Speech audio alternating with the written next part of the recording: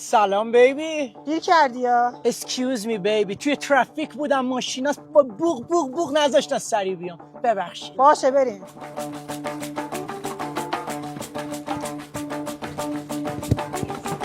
مادمازلی مثل تو که نباید دست به سیاه‌سفید بزنه.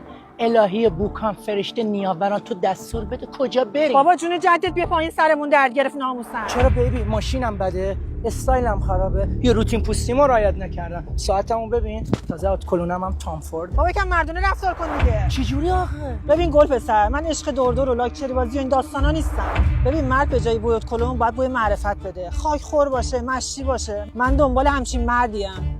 چیکار کنم من برات؟ نترسی؟ چطور؟ ببین من فقط یه چی عالمو خوب میکنم. چی؟